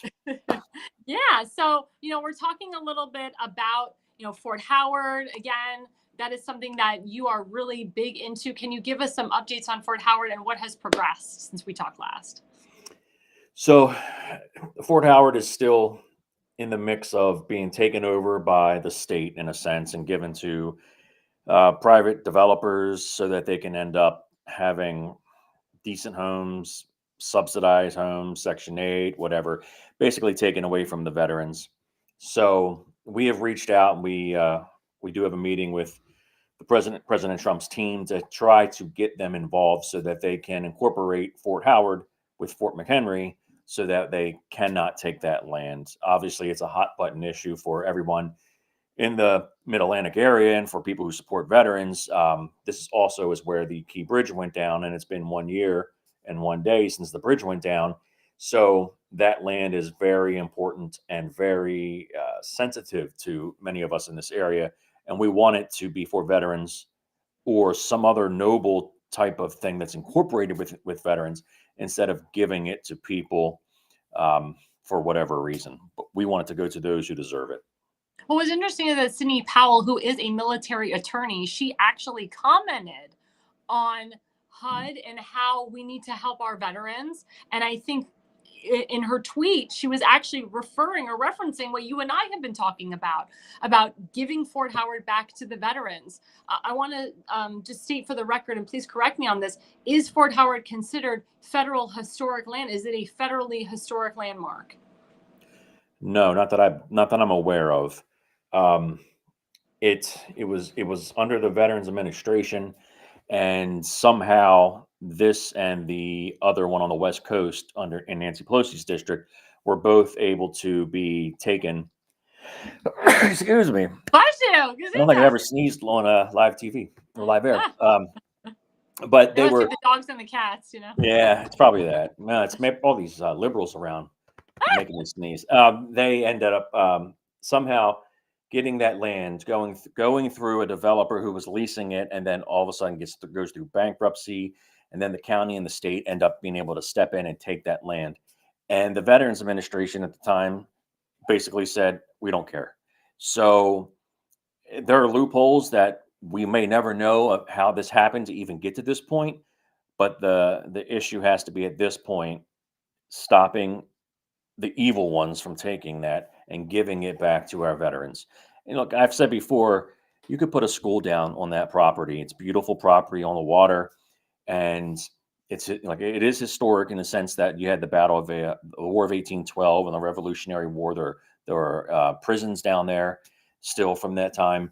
You could put a school down there, have a super JROTC type program that ties in with the veterans, and the people that want to be serve this nation, they'll be going to school there and they'll be right there next to veterans. They could definitely give back to each other. The young ones can definitely help, the older ones with whatever their physical needs might be or mental needs. And the older ones, talking about the veterans, definitely can give experience and wisdom to those that are learning and looking for a path in the services. That's great. I love that. Now, I want to kind of pivot to Maryland politics because, as you know, you're an elected official, you're involved in Maryland politics. So I just, received an email from, people that I know as a reporter. I need to know this stuff as a White House correspondent. So, as you know, with the MDGOP, they swore in their new vice chair, their second vice chair, their third vice chair at their last convention. But now the first vice chair has decided to step down. I heard it was for family reasons. And now they're having a re-election for their first vice chair. What they'll do is under law, they'll have an interim first vice chair. Submissions are by April 3rd. And then at the spring convention coming up May 3rd is when they're going to actually fully permanently replace the first vice chair. Can you tell us something about that? Yeah, many of the local RNCs, in a sense, in each state, tend to be ran by establishment types, the ones that have fought against President Trump, against conservative values. And the reason being, at least in Maryland, is many of them were former Democrats that ended up not being able to win, and they ended up becoming Republicans, or they just have a different world view of things. So they end up getting in power into these local Republican committees, and they end up controlling them, and they keep away many good people that actually want to serve and actually have a vision similar to President Trump's, which is America first, putting our communities first. And Maryland's dealt with the same issues with the Republican Party here. Obviously, since I've been a kid, 40 years ago, the Republican Party was 50-50 in this state. For many reasons, now the Republican Party has about 20% of the registered electorate. I think 20% independent, maybe 40% Democrat. Could be off on those numbers a little, but generally speaking, the Republican Party is not bigger than the independents in this state. And the Republican Party has not been able to really raise funds, has not been able to sway votes really for President Trump. I don't believe Maryland actually did anything else in terms of generating extra votes percentage-wise for President Trump. Well, they were jumping on the Larry Hogan train. I saw that. Yeah, and as you know, so, Hogan lost. Yeah, and part of the mindset of a lot of the Republicans in Maryland is, well, we have to have somebody like Larry Hogan because that's the only way that we can get Democrats. And if we don't have if we had President Trump running, it's going to destroy us. Well, many people like myself say that's actually incorrect. Larry Hogan was actually pretty smart for what he was doing, but it became pretty evident to a lot of conservatives and Republicans, you were just using the base to get in. And then he placated to the Democrats. But that didn't help grow the party. We actually lost power in this state, and we were already the minority party. We lost even more power under Larry Hogan. What we saw across this country with someone like President Trump actually was, I'm going to take groups that don't vote Republican, and I'm going to make them historically vote for the Republican Party. You compare and contrast that versus Larry Hogan, massive difference. And President Trump had 25% of the black vote, 48% of the Hispanic male vote, something crazy. And that is the way that you build the base in this state, and you change minds. You don't become Democrat light. You don't become Coke Zero of the Democrat Party just to make it. And I love Coke Zero, by the way. Actually, hey, free promo. Look at that. See right there. But you don't mimic what they're doing and just dilute it. You actually have to have bold vision, not pale pastels, as Ronald Reagan said. So, yeah, they're going to have another election coming up to replace the first vice chair. I don't know who's going to be running for it. I will support the person who mimics my values the closest, and hopefully we can get somebody in that can actually work with President Trump and not be fake, because a lot of them will say that they do, but they didn't, or they begrudgingly say they do.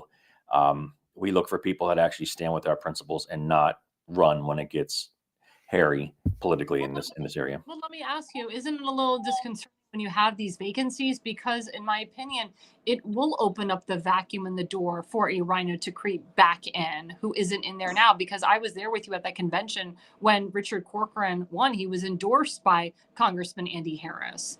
So now he's not going to be in there. And as you know, Dwight Patel lost. People say he's a rhino.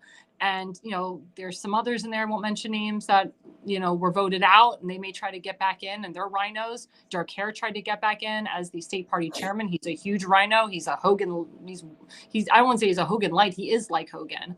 So, and as you know, Hogan always has his minions that try to get in there. So are you concerned with this vacancy that there's a possibility that a rhino could creep themselves back in, like a Hogan person could creep themselves back into the party again? Yeah, I definitely am. And to give a little backstory, I did run for the Maryland chair for the party and finished in second place. And there was a solid base of people that are like-minded, America First people like myself that supported me, but there's not enough. And when we get other people in that have those types of views, they hit these brick walls where they're going, I cannot make a difference because of these people and these rules that say I can't do things or whatever. And you lose those people, it becomes very disheartening. And then you have people who we get out of power who creep their way back in. And that's what we're afraid of as well. We don't want the retreads coming back in who honestly don't believe in the America First mandate and belief. They will just say it and use it to get into power again. And that will continue to drive this party down. And lastly, I'll say about that is when you have someone like former Governor Larry Hogan that was in power, he controlled all the strings.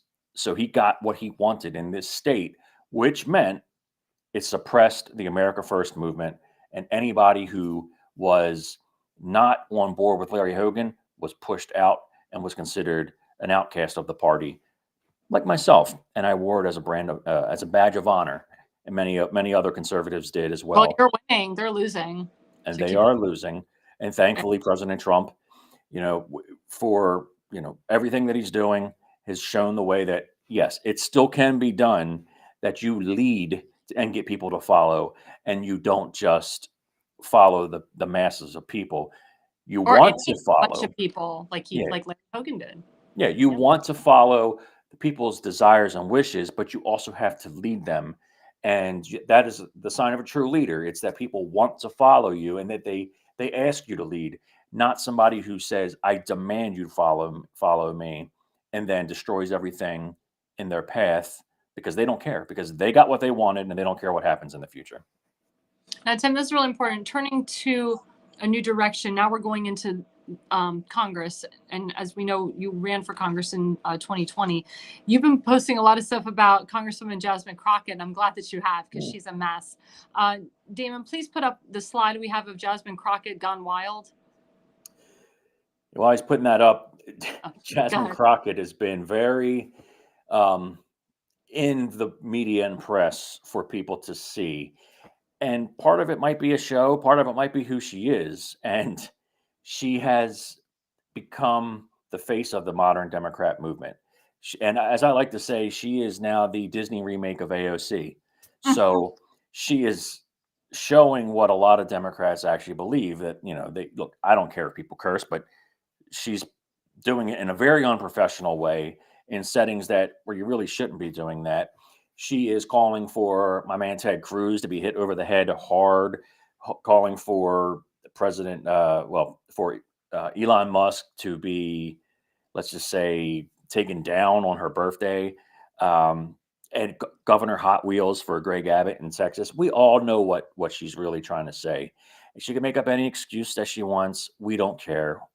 It kind of helps our movement because you contrast it with, we are the good people that are actually moving to push America first and put the people first.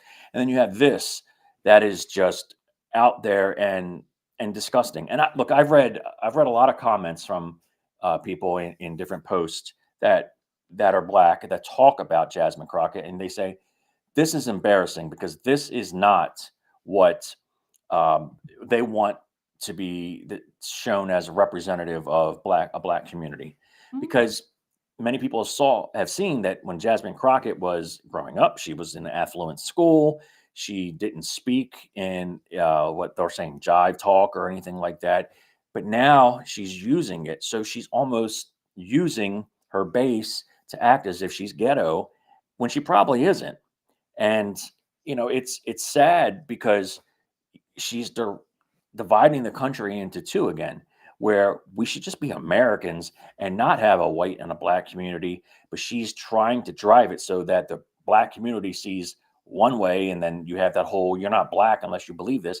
Well, look, we know that's not true because so many black Americans voted for President Trump this time. They voted for the mission and the vision that we have on this side. Jasmine Crockett needs to be censured first and foremost. And honestly, there needs to be another way to hold her accountable. And the easiest way is to not vote her in. Again, her constituency, I'm not sure what that is. They might enjoy what she's doing, they might not. But she needs to be out of office because she is a poor representative, and it looks bad upon everything that she's doing upon Americans. And Well, I hope she I'm gets jail disgusted. time because, as you know, there was a video of her going down the halls of Congress. She actually attacked a reporter, one of Laura Loomer reporters, Charles Downs, and it's caught all on video. And all he was is just asking a question like what I would do with anybody, what I would do with you, just walking down the halls of Congress. I walked down the halls of Congress, recording congresswomen and men. And she just asked him a question. I guess she didn't like what he asked, and she yanked his phone off out of his hands, and she assaulted him. And he actually charged her for battery and assault. What say you about that? Yeah, it's all on video. There was no reason for her to just reach and just grab the phone and you see it just being ripped. It didn't look severe. Looked like there was no pain or anything. But you know what? She was He wrong. acted. Right. She was wrong. And in her position, she's even more wrong. So I'm glad the charges were filed. Do I think they'll stick because of politics? No. I think they'll probably get dropped. They shouldn't be. If it were you and me, yeah, we'd be charged and we'd probably be, going to court for these types of things. But she is the type of person that is dangerous because they will incite violence and they will hurt Like people. you're going after a black woman. You're trying to put a black woman in jail. Charging a black woman. But she needs to be held accountable. She needs to be out of power and, go have a different career.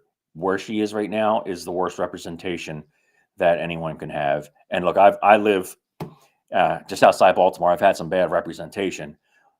She takes the cake on all of this. So she needs to go.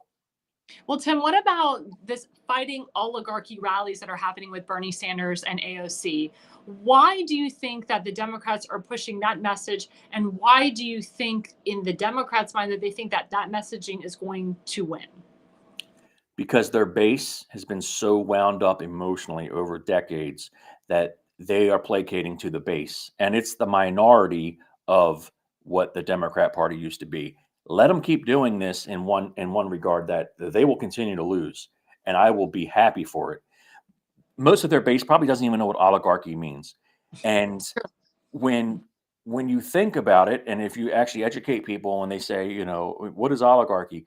You start talking about it, you go, that's kind of what your party has been doing forever.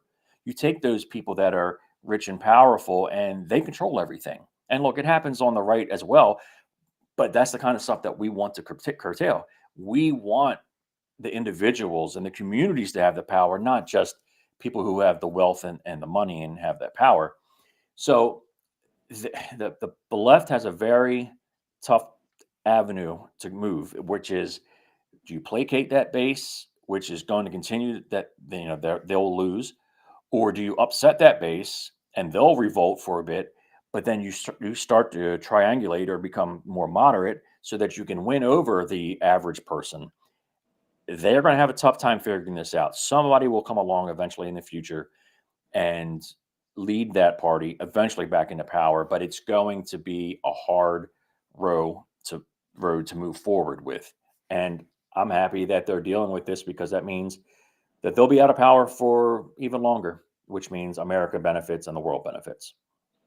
Well, let me shift also to election integrity. As you know, President Trump signed into executive order a couple of days ago on the federal level to have photo ID across the board, election on one day. No more early voting, no more mail-in ballots, paper ballots all the way. He always comments how it worked in France, how France did all the paper ballots and the election was counted and called that day. You live in Maryland, where, as you know, your state does not require photo ID. You have a lot of illegals that vote in your elections. You have a lot of illegal terrorists that vote in your elections. And you're dealing with a DEI elected governor, a DEI elected attorney general, and a DEI elected Baltimore City Mayor Brandon Scott. So how does your state work with or against President Trump to implement photo ID if your state doesn't comply and follow what President Trump is putting into executive orders? What do you think should happen? I know that you, as a Republican, as an elected official, you want photo ID. I know you do. Yeah. And I know that you're traditional like me. You believe in election on the day. So how is you, I'll put you in two sentences. How is you as an elected official, can you implement that? And then you as a voter, how is you as a voter, how can you get photo ID and get your state, the people in power, to follow President Trump's executive orders? So the second part to that question actually is, yeah. And sorry, he's putting up that slide. Yeah. Actually, Damon, can you close us off and then just show that slide, please, so I can read it? That would be great. Thank you. If Democrats had won, they would have made voter ID illegal across all states, and this would have been the last re-election in the U.S. Donald Trump and Elon Musk literally saved America from becoming a one-party deep blue state, which is true. Okay, now going back to Tim, answering the question that I asked you. Well, I'm going to go back to Rush Limbaugh, and I remember Rush Loved talking. him. Of course, I remember Rush Limbaugh talking about how 40% of the population of America identified as conservative. And you go across the country, you realize the majority of people tend to be like us. I think 60% of people in the country were either somewhat conservative or very conservative from those reports you used to talk about. And then you always wonder, well, how is it that the left would win and have control over Maryland and California and all these other places? And it's been by design. A lot of us knew, we were called conspiracy theorists or whatever. We knew what was going on. Were little tricks to help so that they would stay in power or they would accumulate power. And then the people who were actually voting were actually losing power. We know that simply because we have eyes. And this has happened throughout the world, throughout history. Anybody who gets into power tends to have that drive to stay in power and create more power for themselves and their cronies. So we were afraid that this was happening. We started to really have evidence, and we seen it coming, and we definitely saw it in 2020. We all saw the election basically be taken from President Trump, taken from America, and something that we have always done on the right is that like in Maryland, when we show up, people who are conservative or America first, we show our ID. And they're like, we don't need that. We're like, we know, we want to show it.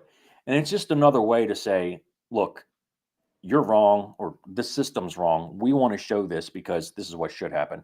Now, as an elected official, and what the elected politicians also in Maryland should do is comply with President Trump's executive order, and hopefully soon to be Congress's legislation that will echo this if they get off their butts and do something.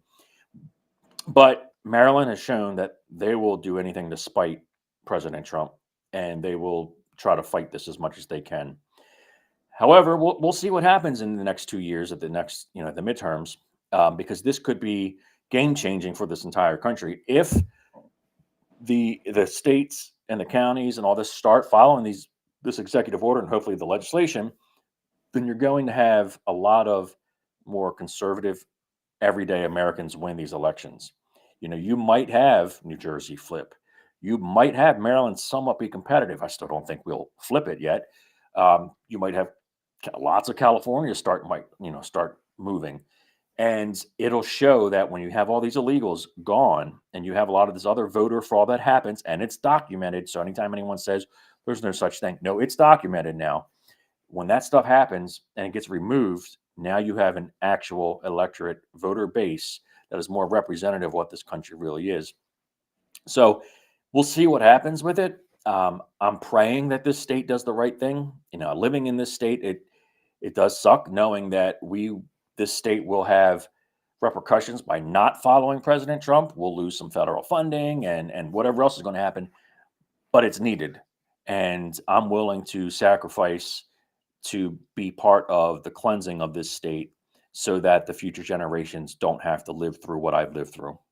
Well, let me ask you a question. If your state does implement photo ID, election on the day, no more mail-in ballots, do you believe that there could be a Republican governor? Do you believe that you will have more Republicans in Congress across the board? I believe that there might be one additional seat that could flip for Congress in Maryland if all this were to come true. I believe where you'll see the biggest difference probably is in the state level races, where in the General Assembly you might be able to stop the supermajority that the Democrats have. I don't believe the Republicans will be in power. Definitely at this time in this state, I don't believe that the Republicans will win the governorship at this point either. We have to see what happens. Which does bring me to another point with Governor Wes Moore, who is extremely inadequate and running the state into the ground even more. I have called out Governor Moore tonight um, in many of social media aspects and with the press to stand up for someone that we talked about before, Kason Longo, who was the 12-year-old boy who I'm glad you was brought that up. Yes. savagely beaten, all on video. By the way, most of my Facebook accounts are restricted or suspended right now because of posting those videos, but it was well worth it to get out this message, to get people like Todd Starnes and Elon Musk and Glenn Beck and Trace Gallagher all reporting on this, or at least in being involved in it somewhat. We had found out today that we got the state's attorney, Scott Schellenberger, to basically agree that he is willing to move forward and take these cases for the individuals that have been charged. However, 3 of them were dropped because they were underage, but there were 5 people who were charged. So that was the next step in our process. We got the media behind us. We got the police to do their thing.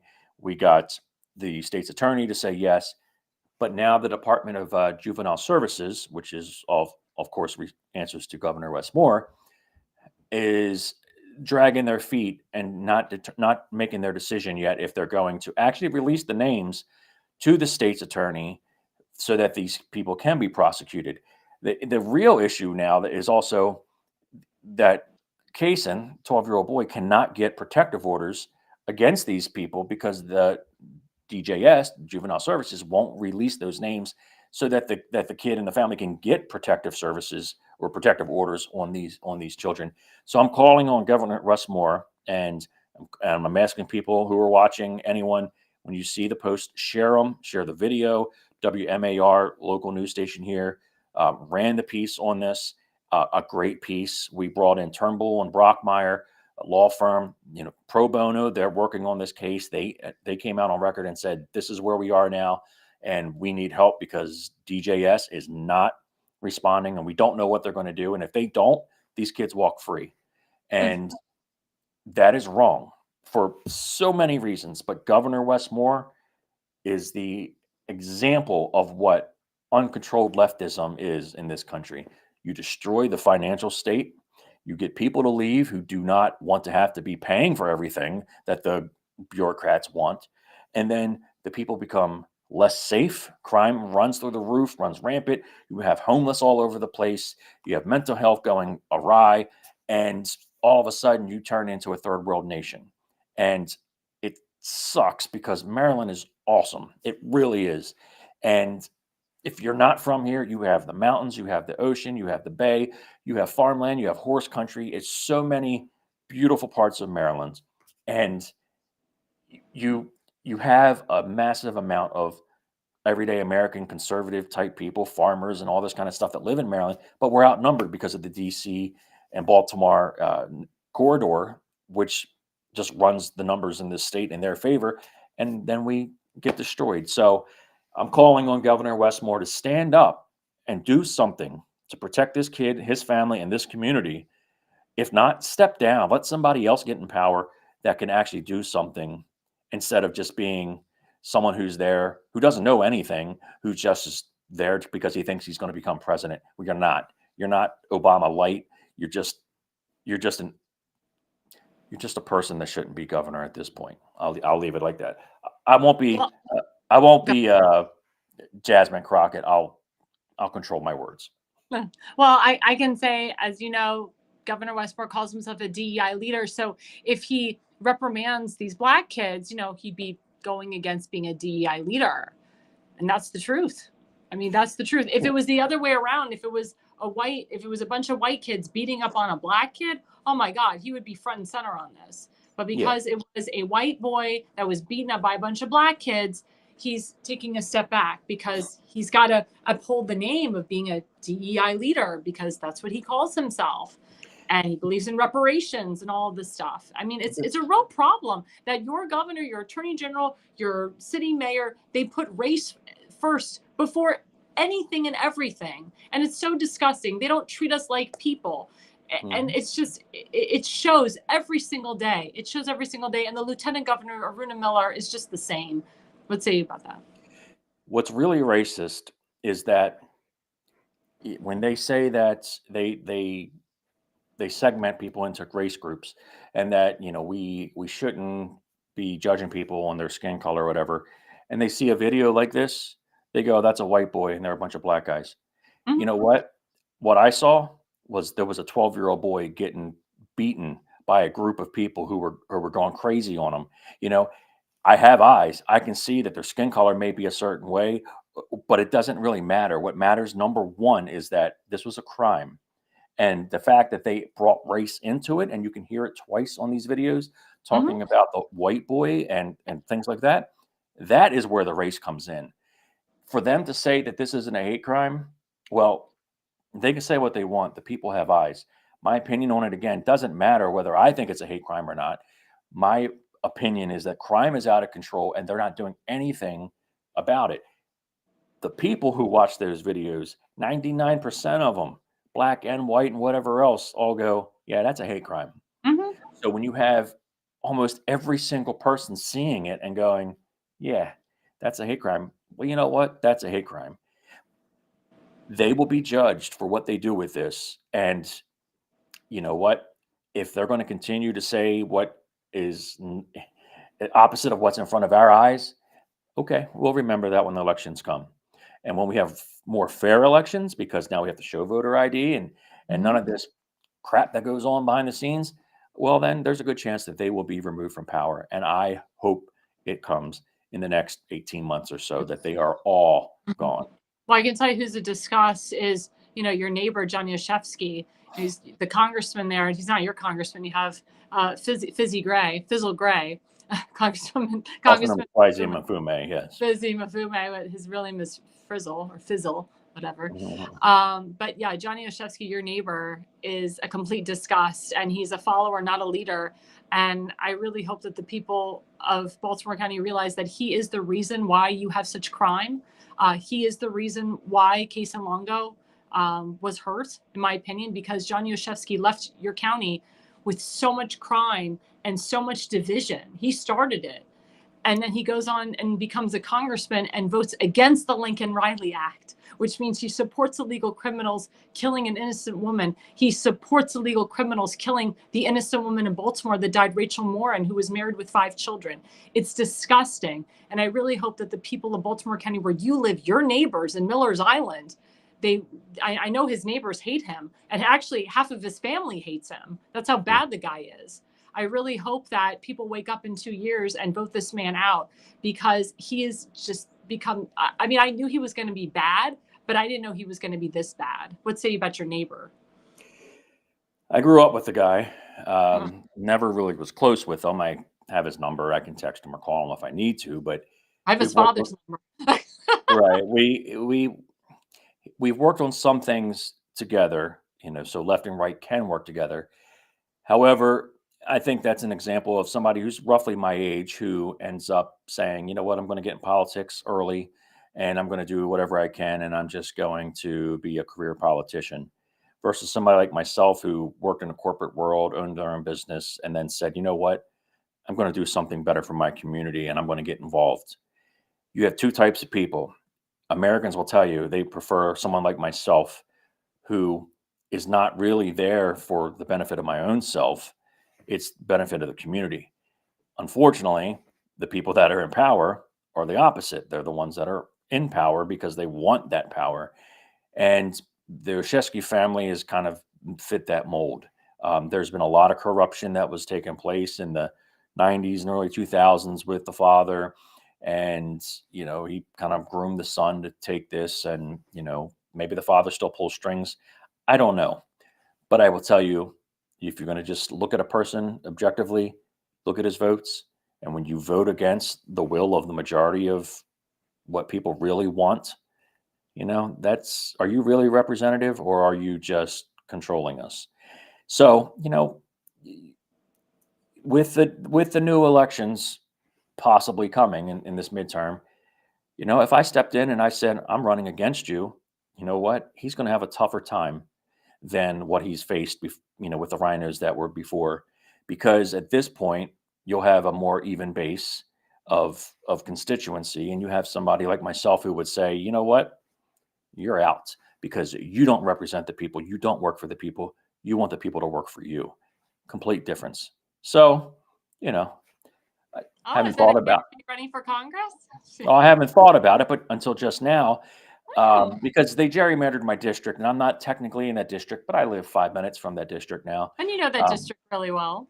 I do know that district very well. I'm The a Jewish really community loves you in that district. I can say that for the large record. Jewish community, yes, and that's one community that you and I have worked on together to try to get them to say, do you support this anti-Israel policy that the left has? Do you support the flag burning of with these people? I forget what they're called, the kiffas or something they're wearing. The kafifas. I Yeah, call them shvatas. It's yeah. Yiddish. Do you guys support that? Do you support them burning the Israeli flag as well? It's insane that you vote a certain way because of whatever reason, but it's antithetical to what is in your interest. Well, I was going to say, So for the record, you put up a video today of these pro-Hamas idiots. They were burning American flags and they were burning Israeli flags. There was one guy that tried to step in, to try to take the flames down. And then, of course, he was pushed away by a pro-Hamas guy, and they called him an a-hole and all that stuff. And my question is, again, to your Congressman Mafume, Johnny Oshevsky, where were they? They were MIA. Where were they to combat this? they are missing in action because it doesn't fit their narrative. Correct. And I think the difference with the left and the right is the left typically becomes a solid block of, this is our goal. Our goal is communism. It's a far left thing. So each step, whether it's 2 steps forward, 1 step back, it's in their direction. The right, where we have our issue, is that because we all believe in basically community and individualism and the Constitution, we fight within ourselves to get that mission, which is to stay constitutional. And that's why we aren't as strong of a voting bloc. And it's a good thing because it means we're not monolithic. We believe in the freedoms of individuals and communities. And the left, well, they're going through their identity crisis now, but they tend to still stick with that far left mantra of hating America, hating white guys, hating straight people, hating whatever it is. And it's sad to say, because look, where I live it's generally, I'll say, it's affluent redneck area. We have very rich people that live down here. We have middle class, we have poor, we have plenty of gay people, we have black people, we have Hispanics, we have Asians. They tend to all be conservative because we don't identify ourselves in classes. You even have some trans that are conservatives in your area, which I saw. A few. I can't think of any at the moment, but in Curtis Bay, I've seen a few of them. Well, yeah, okay. So, okay, I think I know who you're talking about, but that's the thing. So, in an area like this, we don't care. Yeah, you're gay, we see it. Yeah, you're black, white, whatever, we see it. We don't care. We know it, but we don't really care. You've got the God-given right, as you said. That's right. But the left, they say, oh no, we're going to balkanize people, put them in groups, and turn it around and say, oh, you're anti this group and you're anti everything. Basically what they're doing, and I'll say it, they want to alienate straight white people as much as they can, and even more males, to say, you guys are the bad people. Everybody else should hate those type of people, because what the straight white male is really the historical nature of what it means to be America. And it doesn't mean that Americans were just only white guys were doing this stuff. It just means the majority of our country, the founding fathers, and it was based around a majority of straight white guys. And, they want to tear that down so they can build a new nation. And it's not going to work. I was scared Honestly, I was. I thought the country was probably over until President Trump won this time. And then he stood up and he did more than what I was even thinking he was going to do. And he was saying, stop with the groups. You know what? Because you watch somebody like the Hodge twins, and I think they're mixed. I don't know, and I don't really care. But they